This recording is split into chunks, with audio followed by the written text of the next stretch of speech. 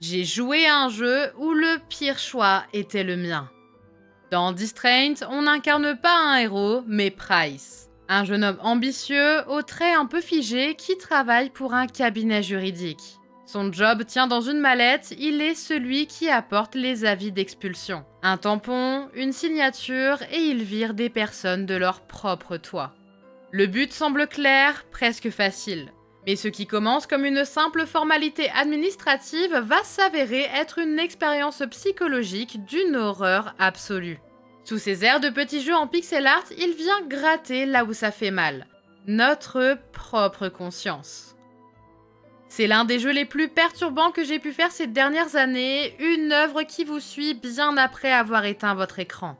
Voici l'histoire de Distraint.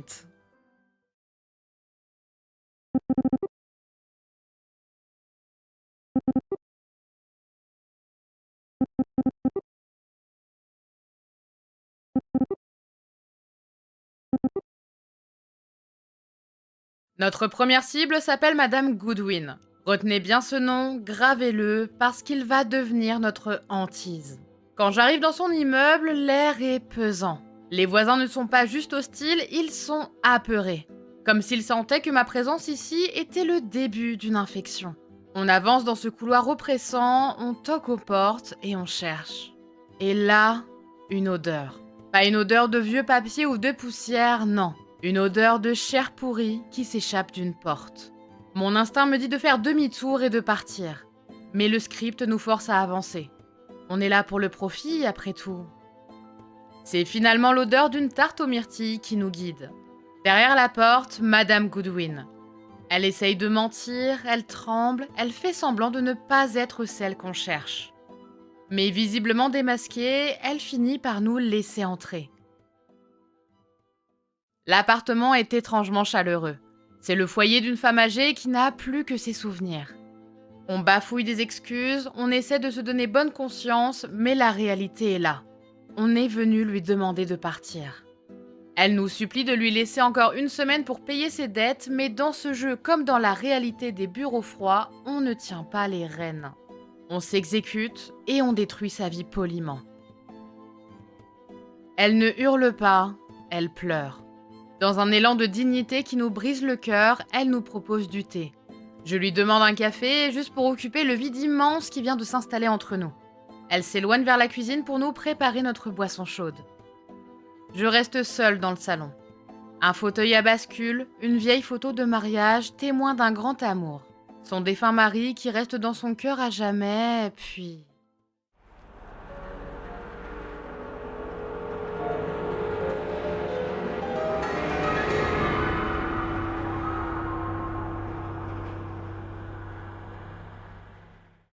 Madame Goodwin revient et elle ne semble pas avoir remarqué quoi que ce soit. Elle nous dit qu'elle n'a plus de café, mais qu'est-ce qui vient de se passer?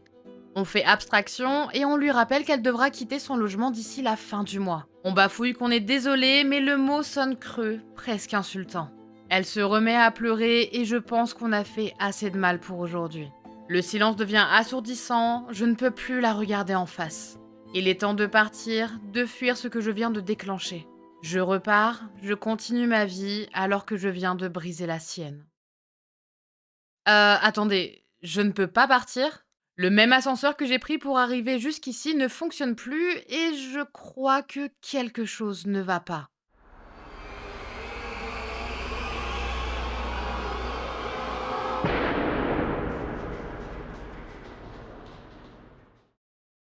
Une porte vient de s'ouvrir, celle d'où émanait une odeur de chair pourrie. Le jeu ne me laisse pas le choix, je dois aller voir ce qu'il se passe.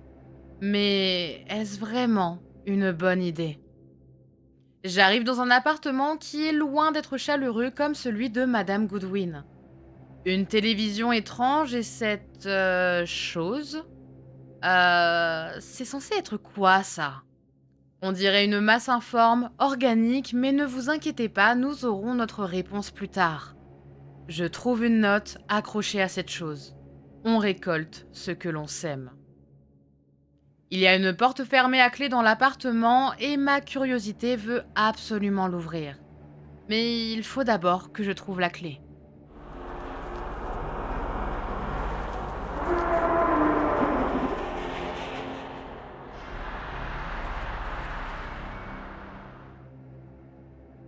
L'ambiance est sombre, hostile et j'entends des bruits bien étranges comme des murmures d'enfants. En explorant, je trouve un glaçon dans la baignoire. Ok, pourquoi pas. En le faisant fondre, je trouve la clé à l'intérieur, ce qui me permet d'ouvrir la porte et d'avoir accès au salon.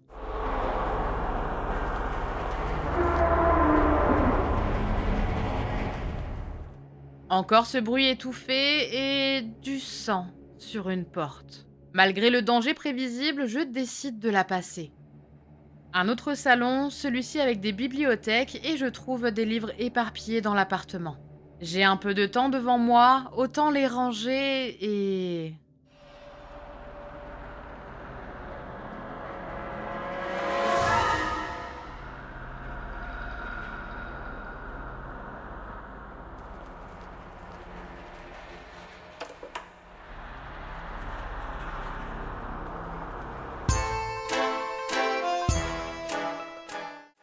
Ah, eh ben, je ne m'attendais pas à ça. Je comprends que ces trois hommes sont mes patrons et ont l'air très fiers de moi d'avoir brisé la vie de Madame Goodwin. Si j'ose émettre un quelconque remords, ils me coupent en s'énervant. Je n'ai pas le choix de me taire, de les écouter parler d'argent, toujours d'argent, et des deux autres noms sur la liste des personnes à expulser. C'est parti pour ma prochaine mission, j'ai deux nouvelles vies à chambouler.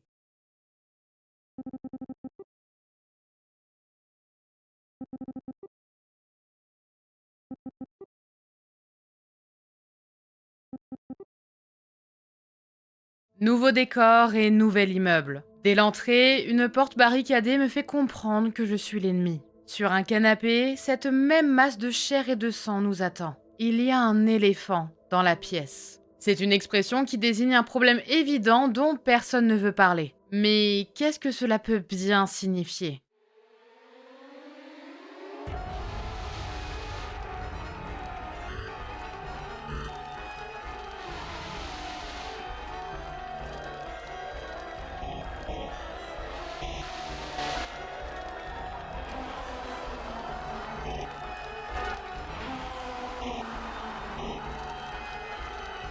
Puis l'éléphant nous rattrape.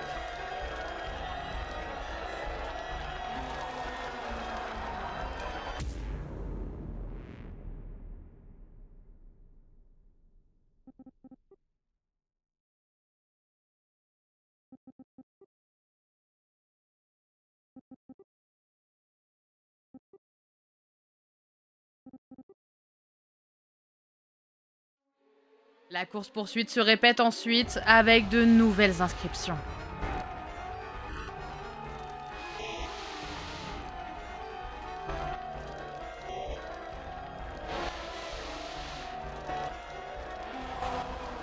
Dans le couloir, plusieurs Madame Goodwin qui apparaissent en larmes. Et ensuite...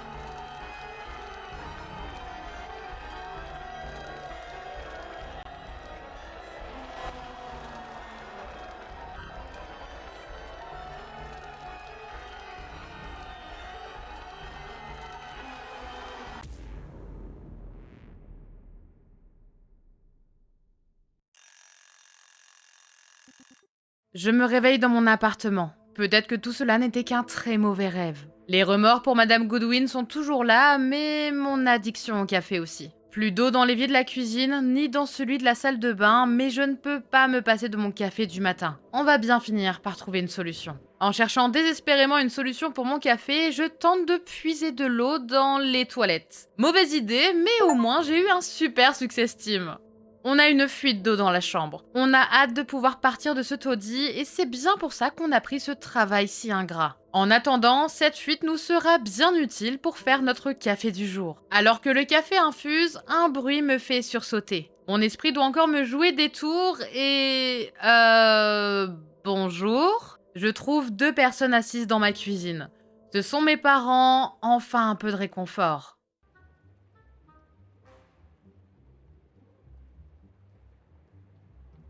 Ah, eh ben non du coup. Les fantômes de mes parents me disent qu'ils ont entendu des choses désagréables à mon sujet. Ils parlent de mon travail crapuleux, me demandent de bien réfléchir et me disent que je vaux mieux que ça. Nous sommes interrompus par quelqu'un qui frappe à la porte de la chambre censée être vide. Cette personne cherche Madame Goodwin. Ok, c'est de plus en plus bizarre là. Il pleut du sang dehors et les spectres de mes parents ont disparu. Je crois que je perds vraiment la tête. En entrant dans ma chambre, Madame Goodwin est là, dans le coin sombre de la pièce, sanglotante. Lorsqu'on tente de l'approcher, elle disparaît aussitôt. Je vais essayer de ne pas trop y penser et enfiler mon plus beau costume pour détruire la vie d'autres gens.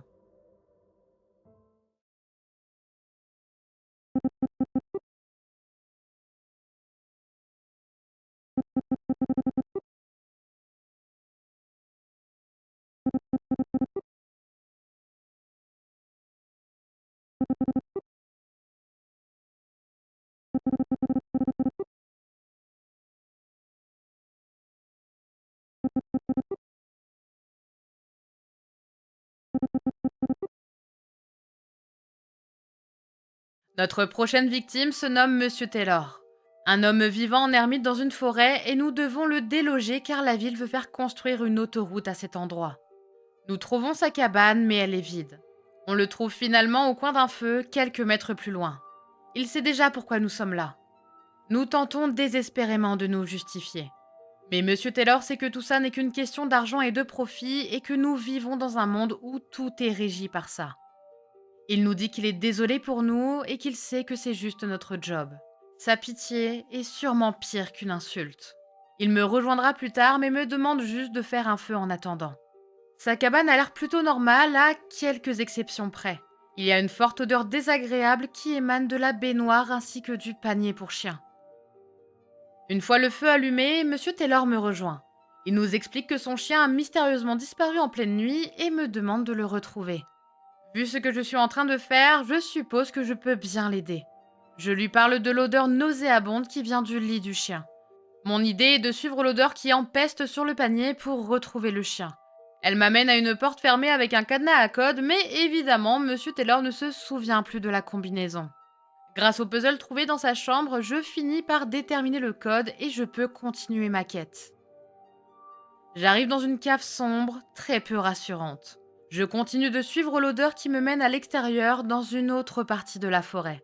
J'y vois des traces de sang pourvu qu'il n'ait rien arrivé à cette pauvre bête.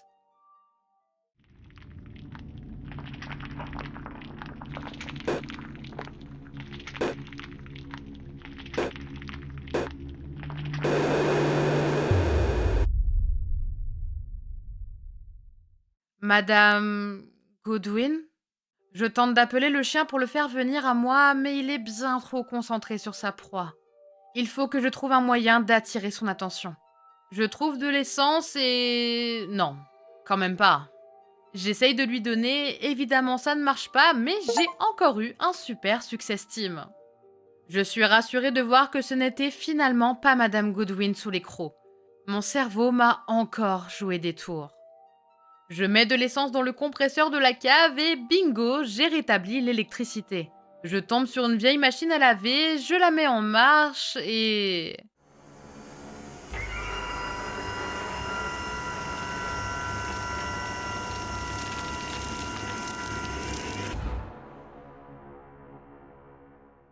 J'en ressors un gant et je vais tenter de le donner au chien pour que ça lui rappelle son maître. Le chien accepte ce cadeau et repart en direction de la cabane à gauche pour retrouver Monsieur Taylor. J'y retourne aussi, il faut absolument que je fasse signer les papiers à Monsieur Taylor. Mais quelque chose va me barrer la route.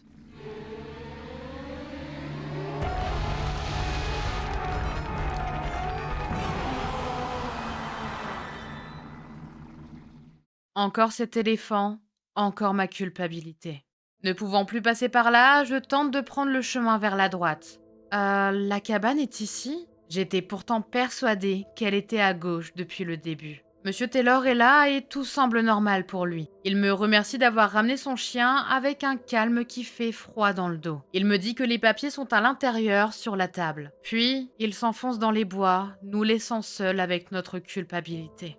On retrouve nos patrons qui sont cette fois plus mécontents de notre travail. Ils nous disent qu'on est trop doux, trop gentil. Pour eux, aider Monsieur Taylor avec son chien était une perte de temps lamentable, un acte de faiblesse envers un homme qu'ils considèrent sans aucune valeur. Nous devrons être plus stricts, plus tranchants la prochaine fois.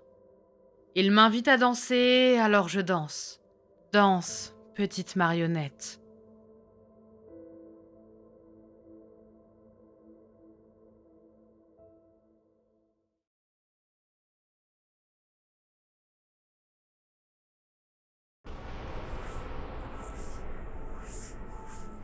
C'est reparti.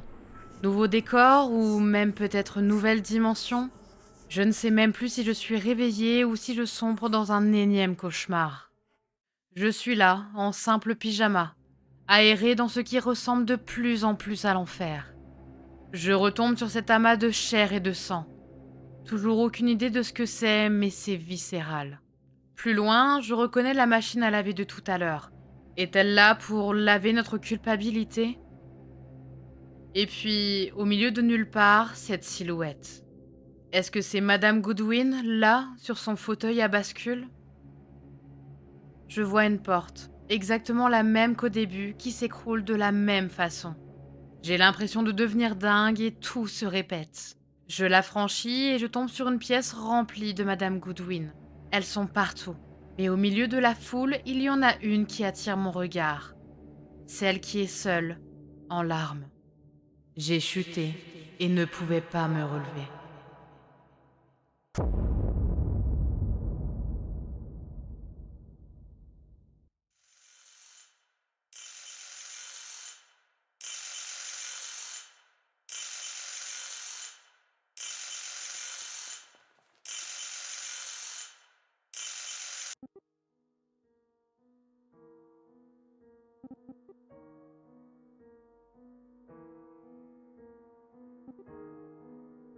On reçoit un appel pour nous prévenir que Madame Goodwin a fait une attaque.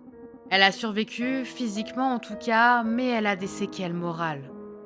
L'interlocuteur, Monsieur Stewart, me dit qu'elle demande ma visite au centre de soins où elle finit ses jours. Et on sent bien qu'on n'a pas vraiment le droit de dire non.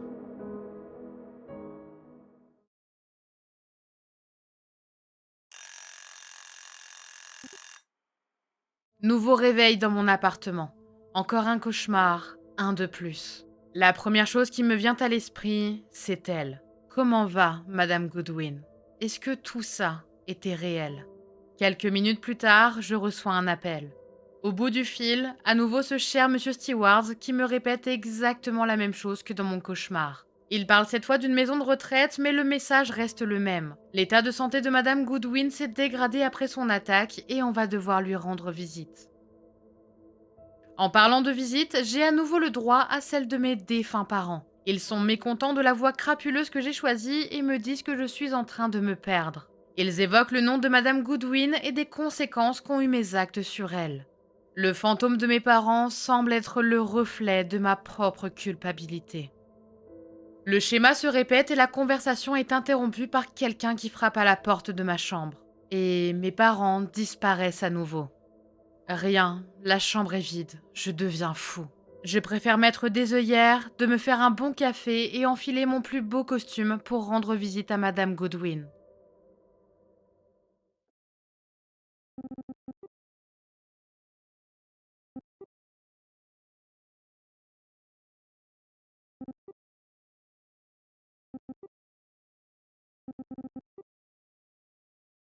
J'arrive dans les couloirs froids de la maison de retraite.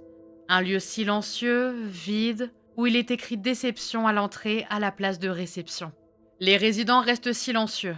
Je crois qu'ils ne sont plus habitués à avoir de la visite. L'un d'eux dort à même le sol et me bloque l'accès à une des portes. Un peu plus loin, une autre entrée est condamnée par des barreaux.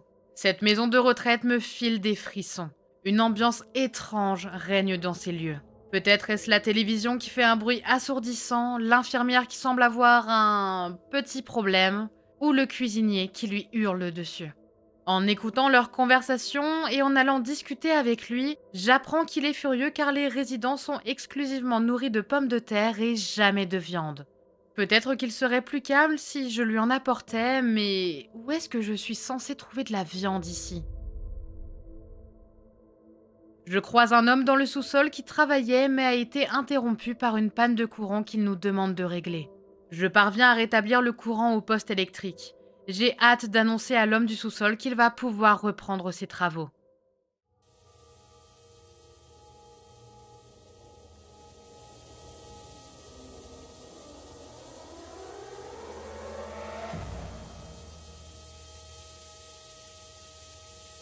Oh, je ne m'attendais vraiment pas à ça. Il me dit qu'il se débarrasse simplement d'un cadavre d'un vieillard décédé il y a quelques jours. Après tout, ça coûte moins cher. Mais au fait, le cuisinier cherchait de la viande, non? C'est chose faite. Je ramène mon butin au cuisinier. Du bœuf, oui oui. Il en est tout à fait ravi et en attendant qu'il prépare le festin, j'explore la maison de retraite. Les résidents ont toujours les yeux fixés sur la télévision et l'homme que j'ai croisé auparavant se débarrasse du corps dont une partie va être servie pour le dîner. L'infirmière est de retour auprès du cuistot et quelque chose ne va vraiment pas avec elle. D'abord son visage qui paraît presque cadavérique et quand j'essaye de lui parler, ça la rend tout simplement encore plus étrange. Le cuisinier me tend une assiette pour que je puisse l'apporter à Madame Godwin. Je suis sûre que ça lui fera plaisir. Je pousse la porte d'une des chambres. Il y a une petite dame assise sur son lit, mais ce n'est pas Madame Godwin. Je m'apprête à repartir, mais elle commence à me parler, et elle n'arrête plus. Elle me raconte sa solitude, le fait que personne ne vienne jamais la voir, son petit-fils qui a complètement disparu de sa vie depuis qu'il s'est marié. Elle me parle de la pluie, du beau temps, des saisons qui passent. C'est le genre de solitude qui vous pèse sur les épaules. Finalement, pour me remercier de l'avoir écoutée, elle me tend une petite clochette. Je n'ai aucune idée de ce que je vais en faire, mais je prends tout ce qui traîne. Au passage, je lui pique un cintre qui traînait dans son armoire. Je suis sûre qu'elle n'y verra pas d'inconvénient. Je tente le coup avec la petite clochette pour réveiller le vieux monsieur qui bloque la porte, mais rien à faire. Il dort comme une masse. Grâce au cintre, je répare la télévision et bingo, l'image revient. Tout le monde est scotché devant le feuilleton du jour et l'homme a enfin daigné à bouger de là. La voie est libre. Je ne vais quand même pas entrer dans la chambre de Madame Godwin sans cadeau, surtout pas après tout ce qu'on lui a fait subir. Une fleur, oui, bonne idée. J'en trouverai sûrement une dans le coin. Avec ma clochette, je tente d'appeler la réception, ou plutôt la déception. L'infirmière étrange arrive et notre conversation est intéressante. Je ne comprends pas ce qu'elle me dit, mais elle m'autorise visiblement l'accès à la porte qui était fermée avec des barreaux. Il s'efface, le chemin est libre, reste à voir ce qui m'attend derrière. Ce squelette est très peu rassurant, mais il tient une fleur. C'est exactement ce que je cherchais. Je vole honteusement la fleur à ce cadavre et ça y est, je suis prêt à voir Madame Godwin.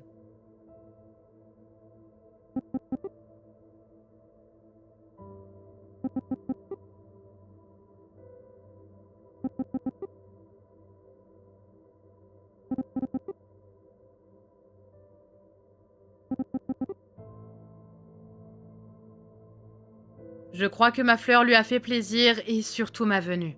Je lui éprouve ma grande culpabilité face à la situation et elle me rassure. Ne vous en prenez pas à vous-même, jeune homme. Je veux quand même faire quelque chose pour elle, pour racheter le mal que je lui ai fait. Je lui propose de venir s'installer chez moi pour prendre soin d'elle, mais elle refuse poliment en me disant de vivre ma vie. Puis je promets de venir la voir chaque semaine.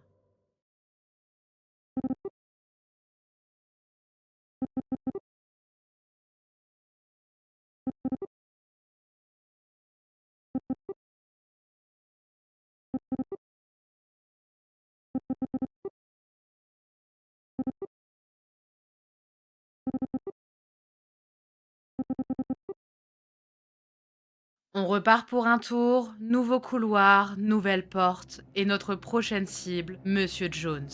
Sa porte est entr'ouverte alors je ne me gêne pas et j'entre. L'appartement est étouffant, couvert de poussière et on dirait qu'il est à l'abandon depuis des années. Je tombe sur une étrange fumée verte qui me fait complètement planer. Sous l'effet de cette substance, l'appartement se transforme. Des passages secrets apparaissent, de nouveaux objets surgissent et c'est là que réside toute l'énigme. Il faut jongler avec ses hallucinations pour espérer trouver Monsieur Jones dans ce labyrinthe. C'est assez perturbant, parfois même terrifiant, parce qu'on finit par perdre pied avec la réalité. On croise même la vieille dame de la maison de retraite. C'est cruel parce qu'au fond, elle aussi, on l'a abandonnée à son sort. Après pas mal d'allers-retours et d'interactions avec des objets dont je doute franchement de l'existence, j'y suis enfin. Je me retrouve face à Monsieur Jones et... Elvis. Bon, on va l'appeler comme ça. On lui sort notre petit discours habituel, mais l'homme est hors de lui. Il voulait organiser une toute dernière fête. Un ultime adieu à son logement et à sa vie. Le problème, c'est que son orchestre a annulé au dernier moment. Il nous pose un ultimatum, soit on les convainc de venir, soit il saccage tout l'appartement. Et on sait très bien que nos patrons détestent les complications administratives. Toujours à moitié défoncé par la fumée, je retraverse l'appartement pour aller voir l'orchestre juste à côté. La raison de leur absence est simple. Jones ne les a pas payés et il ne compte pas jouer gratuitement. On n'a pas un centime en poche et on est complètement dans l'impasse. En sortant sur le balcon, je tombe sur Elvis, complètement déprimé. Et là, je réalise qu'on est juste en face de nos propres bureaux et on voit même la pancarte de la société avec le numéro de téléphone. Et si j'appelais mes patrons pour régler ça? Avec tout leur argent, de toute façon, ça ne devrait pas être un souci pour eux. Grâce à mes hallucinations, je croise cette chose qui dispose d'un téléphone. J'explique la situation à un de mes patrons, Bruton. Il accepte de les embaucher, mais à une seule condition, ils doivent jouer du blues. Par pur hasard, je trouve un bouquin sur le blues que je ramène directement à l'orchestre. Je leur propose un deal. S'ils acceptent de jouer maintenant, nos patrons les engageront pour toutes nos futures réceptions avec un salaire royal. Ils acceptent avec joie et la fête peut enfin commencer. Et la vie de Monsieur Jones peut tranquillement se terminer.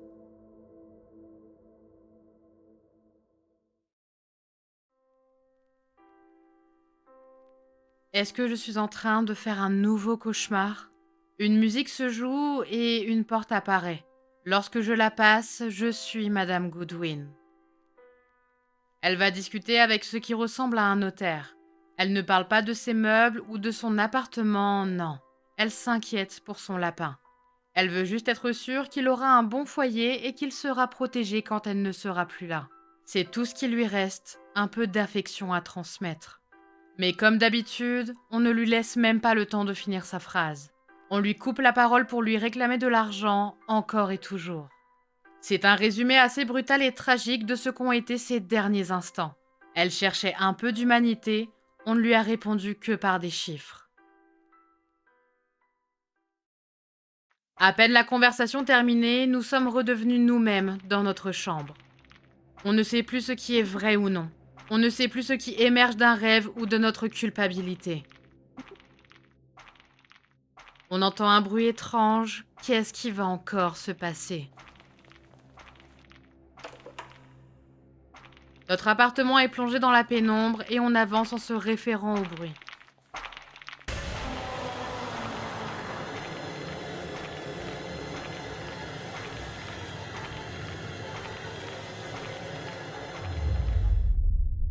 Dans l'expression l'éléphant dans la pièce, on parle d'un problème énorme que tout le monde voit mais que personne n'ose nommer. Ici, l'éléphant, c'est notre traumatisme et notre honte. En voyant mes parents essayer de tuer cette bête, je comprends qu'ils tentent d'éliminer le mal qui me ronge. C'est ma conscience qui me hurle de m'arrêter avant qu'il ne soit trop tard. Ils ne détruisent pas seulement un monstre, ils essaient de détruire la voie crapuleuse que j'ai choisie. C'est une mise en garde brutale. Si je ne tue pas mon ambition toxique, c'est elle qui finira par m'écraser. Je leur demande d'arrêter et plus rien. Aujourd'hui est mon jour de congé et je vais tenter de me détendre. Un bon café, le journal du jour pour se tenir au courant des dernières infos et l'avis de décès de Madame Goodwin.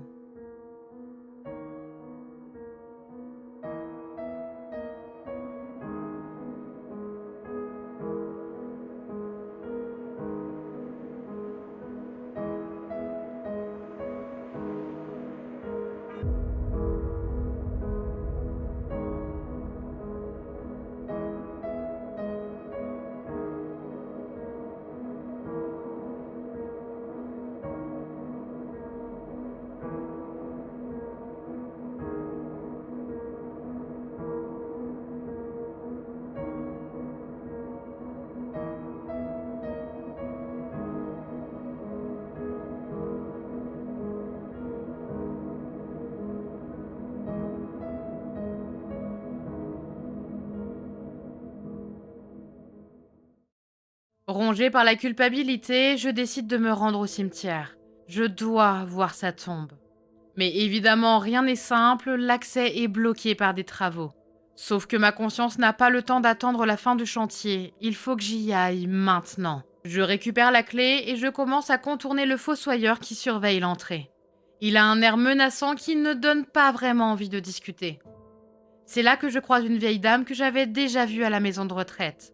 Elle s'acharne sur le portail avec sa canne, désespérée d'aller se recueillir sur la tombe de son mari. Et là, fidèle à mon sens moral complètement brisé, je décide de la dénoncer au fossoyeur. C'est lâche, mais ça fait diversion. Pendant qu'il va s'en prendre à elle, la voie est libre pour moi. Si on jette un œil derrière nous, on voit la pauvre dame se faire passer un savon mémorable par le fossoyeur. Est-ce que je l'aide? Bien sûr que non, je trace ma route. Je force la porte de la cabane, je traverse le cimetière et tout au bout du chemin,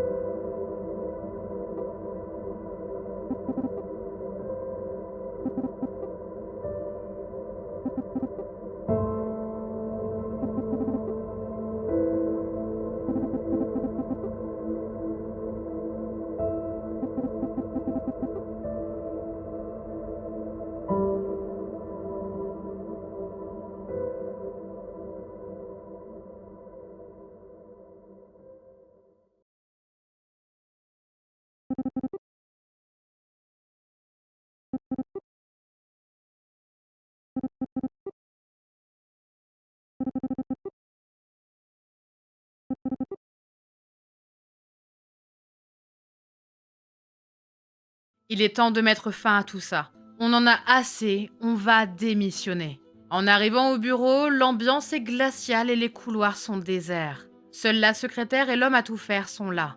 Ce dernier est en train de visser une plaque à mon nom sur l'une des portes, juste à côté de celle de mes patrons. Je suis officiellement l'un des leurs, leur fils, comme ils aiment m'appeler. Je réalise avec horreur que je ne vaux pas mieux qu'eux. Mes patrons sont absents et la secrétaire devient agressive dès que je demande où ils sont. En explorant leur bureau, le passé remonte à la surface. On assiste à des conversations téléphoniques qui ont lieu quelques jours auparavant qui révèlent toute l'étendue de leur cruauté. Dans le bureau de M. Bruton, je surprends une vieille conversation avec M. Taylor. Ce pauvre homme accepte de tout perdre. Il est prêt à partir, mais il supplie juste qu'on l'aide pour son relogement. Mais Bruton n'a pas de cœur. Pour lui, seul le profit compte. Il finit même par insulter violemment M. Taylor une fois qu'il a raccroché.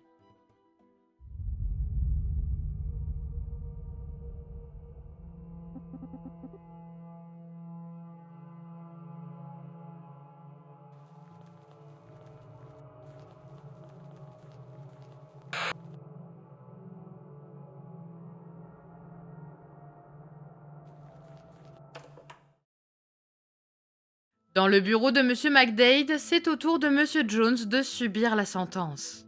Il explique désespérément qu'il n'a pas trouvé d'autre appartement et qu'il va finir à la rue si on ne lui laisse pas un petit délai. McDade se montre tout aussi vulgaire et impitoyable que son collègue. Dans le dernier bureau, celui de M. Moore, on assiste cette fois-ci à la conversation avec notre chère Madame Goodwin. Elle lui explique ses problèmes d'argent et de santé avec son traitement très coûteux. Mais M. Moore, sans cœur, lui dit de travailler plus et de manger plus sain. Il n'a absolument aucune compassion.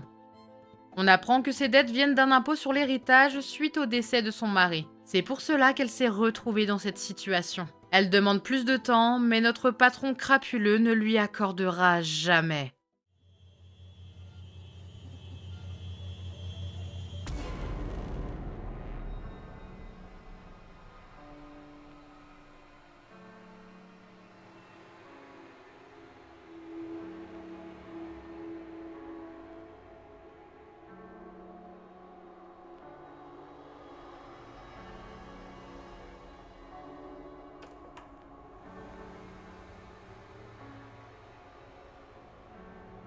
En sortant du bureau, on croise le fantôme de notre mère qui nous encourage dans notre décision de démissionner.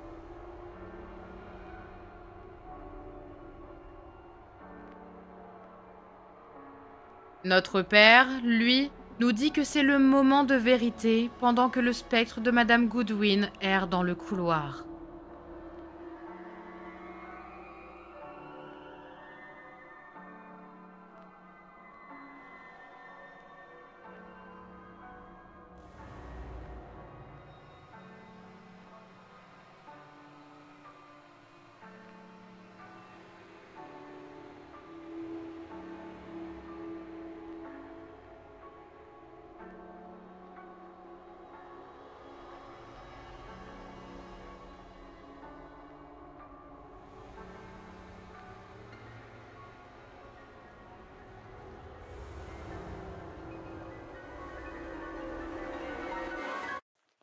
Une porte est ouverte, ma curiosité m'amène à nouveau à la franchir.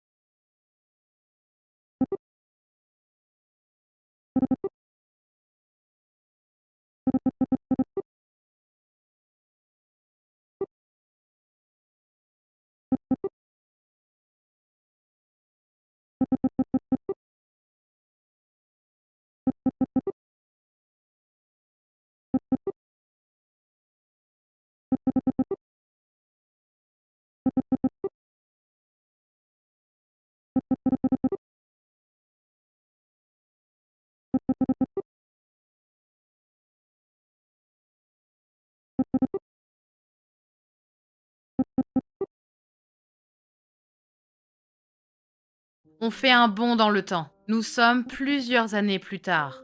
Un jeune homme est assis dans notre cuisine et on comprend enfin tout. Depuis le début du jeu, on ne faisait que lui raconter notre propre histoire. La vérité est brutale. Malgré les cauchemars et la culpabilité, on a fini par accepter ce fameux partenariat. L'appât du gain a été plus fort que tout. On a mis nos sentiments au placard pour l'argent et on a continué ce sale boulot pendant des années en se mentant à nous-mêmes chaque matin. Ce jeune homme, c'est notre reflet. Il vient de débuter la même carrière de vautour que nous. J'essayais de le prévenir et de lui transmettre mon expérience. On a fini par se faire licencier, on a accumulé les dettes et aujourd'hui, c'est lui qui est là pour nous expulser de notre appartement. C'est à ce moment précis que la phrase prend tout son sens. On récolte ce que l'on sème. On voit en lui le gamin qu'on était. On ne veut pas qu'il gâche sa vie comme on l'a fait. Il a l'air sincèrement désolé pour nous, mais il finit par lâcher la phrase qu'on a répétée mécaniquement pendant des années. Vous devrez déménager avant la fin du mois. Puis, il part. On se retrouve seul, avec nos erreurs et notre culpabilité. Dans la salle de bain, nous trouvons un fusil de chasse. Je prends du papier, un stylo et on écrit cette phrase. On récolte ce que l'on sème, et merde.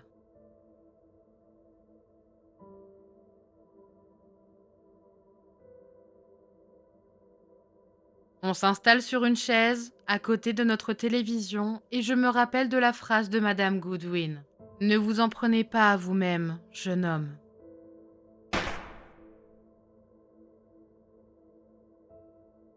On a désormais le point de vue du jeune homme qui est venu nous annoncer qu'on devait partir de notre logement. Aussi insouciant que nous à l'époque, il part en espérant que ça va aller pour nous. Et aussi insouciant que nous à l'époque, lui aussi, l'ascenseur ne fonctionne plus.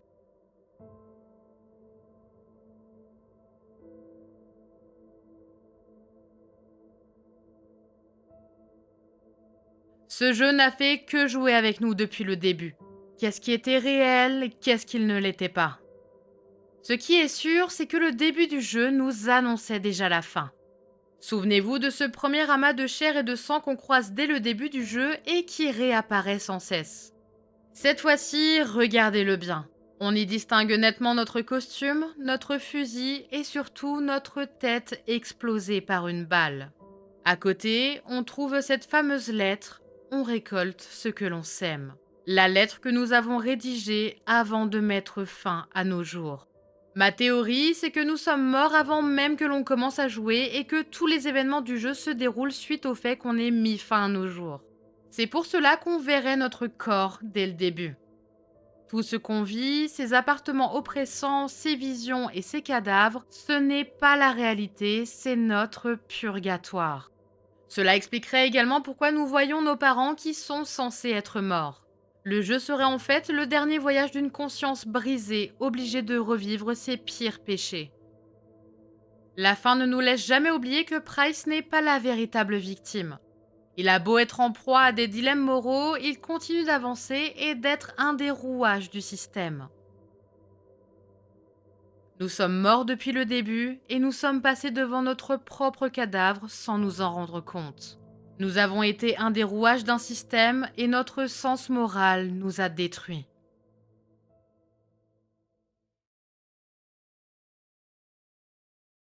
Ce jeu m'a laissé avec énormément de questions en tête. Mais la bonne nouvelle, c'est qu'il existe un deuxième opus. On va aller chercher des réponses ensemble en y jouant le lundi 13 avril à 18 h en live sur Twitch. Si vous le manquez, ne vous inquiétez pas, je vais préparer une vidéo comme celle-ci pour le présenter également.